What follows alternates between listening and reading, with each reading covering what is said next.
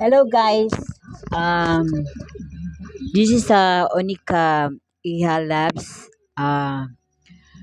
Meron pala akong kwento sa inyo. Ah, it's a short story lang naman. Nakakatawa.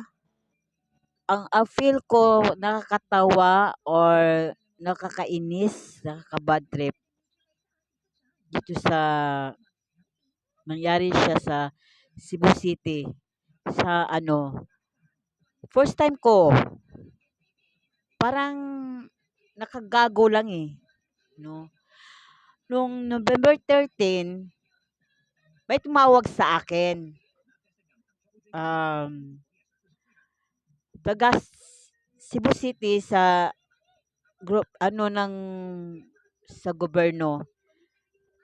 Ito sasabihin ko kasi parang hindi ako hindi ako makatulog din na hindi ko i-voice out siya eh.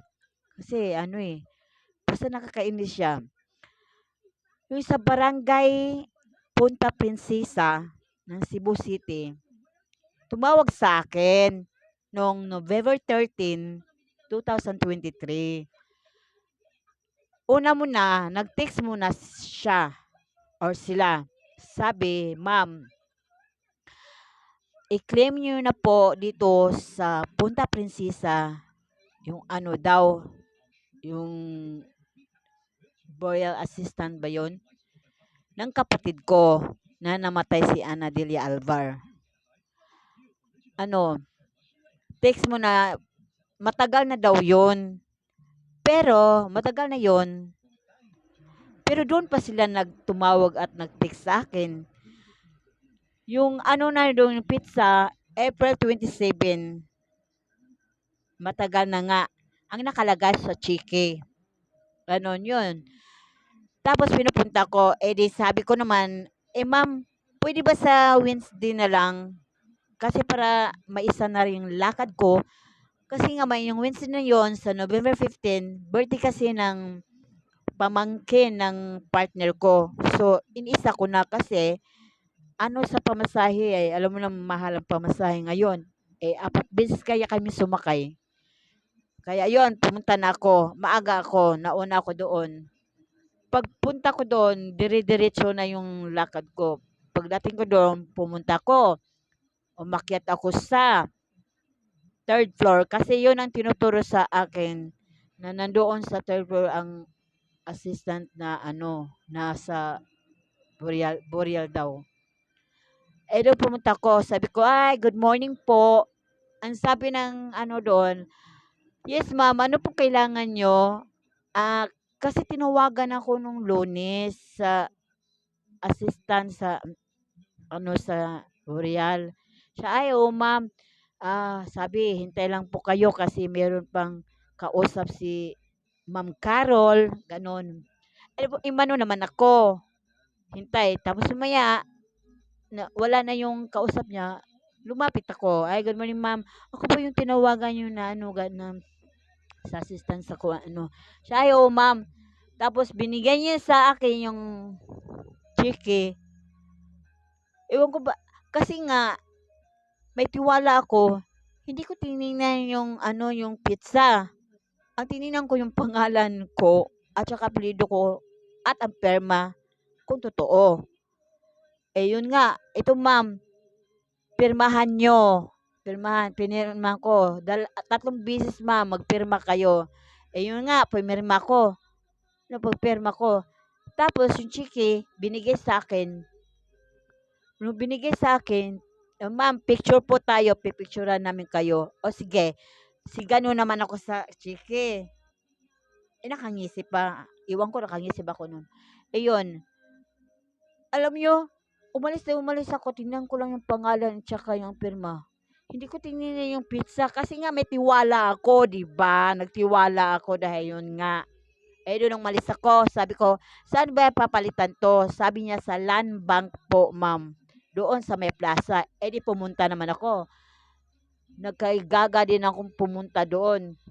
Nung pumunta ako doon, nagpaturo pa ako sa sikyo. Saan ba, ma'am, ano ba kayo? magpapalit ba kayo? Oo po sir. Tapos sabi niya, dito pirma sa likod niyo, ganyan-ganyan nagpirma ako, lahat-lahat tinuro. Sabi niya, hintayin niyo po sa number 4, doon po ang palitan. Eh naghintay ako, okay na. Tinawag niya yung number ko, number 35 ako. Nung tinawag yung pangalan ko, eh di yun nga, naka-ready na ako. May ID na. At saka, binigay ko niya yung cheque. Pagbigay sa cheque, sabi pa naman, Ma'am, lagpas na 'to, 6 month na 'to, sa April 27 pa 'to. Sabi ko, "Ha?"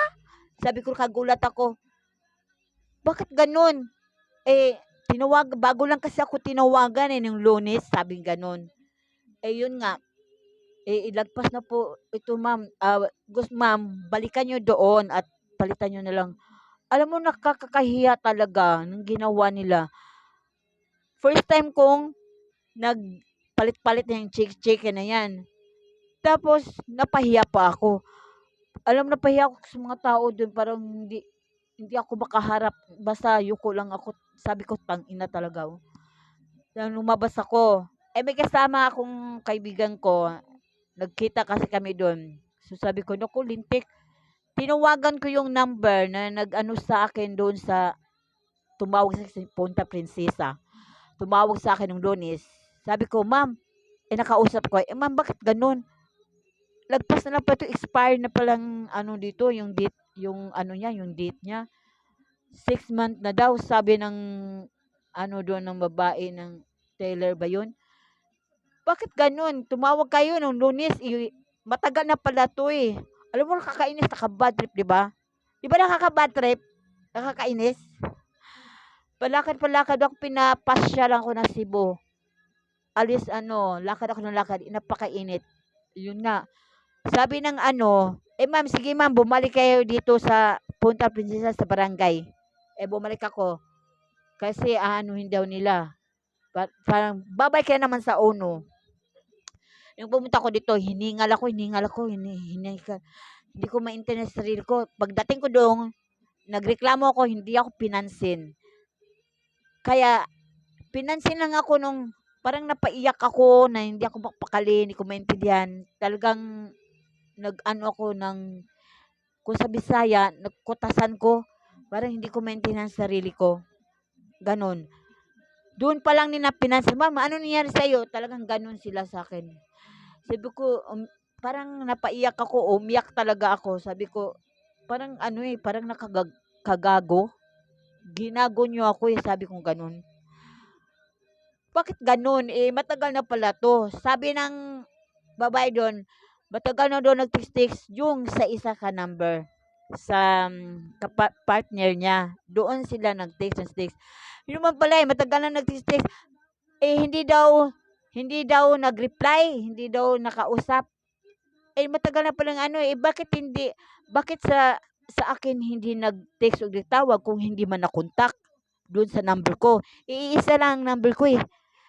Bakit ngayon lang na month na 'to na nagtumawag o nag-text? Yung hindi sila sa isa, sa number ng kapuyo ng ano, ng kapatid ko, hindi nag-reply, hindi nag-ano daw, tumawag sila. Yun naman pala, tawag sila ng tawag, text, hindi nag-reply. Bakit hindi sila nag-ano sa ano sa number ko? Bakit ngayong month lang na 'to, November 13, na ang tagal na pala. Isa lang masasabi ko, naku, ayusin niyo naman. Tsaka, umayos kayo sa trabaho niyo, hindi yung puro paganda, hindi puro chikahan, yung mga gano'n. Kasi yun ang nakikita ko sa inyo doon, eh. Gusto ko talaga sanang kalimutan, kaya lang hindi ako maka-move on. Kasi sa nangyari ng gano'n, hindi ako maka-move on talaga. Sabi ko, bakit bakit kailangan gano'n mangyari sa akin ganito na ganda ng ano ko, postura, nagpahinga ako ng mabuti, tapos may biglang sisingit na tatawag na gano'n lang. Para lang ako namasyal sa Cebu, eh.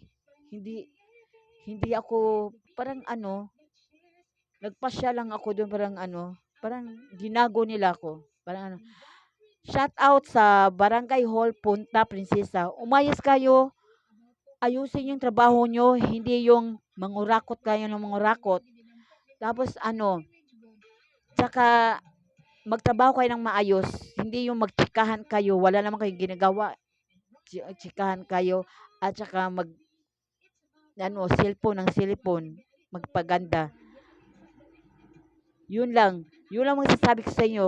Naku, nakakainis kung isipin ko sana lahat ng barangay ay hindi katulad sa inyo.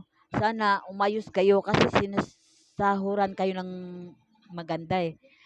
Sana may matutunan kayo. At saka sana sa lahat ng barangay hindi kaparehas ng ganun. Kaya kaya ganun lang ang inireklamo ko kasi hanggang ngayon hindi ako maka-move on. Tapos ano, iniasikaso yung balik uno na naman daw. Hindi naman ako nag-aano sa ganyan ng ano eh, kasi maliit na bagay lang yan, maliit na ano eh. Hindi ako naghahabol sa ganan.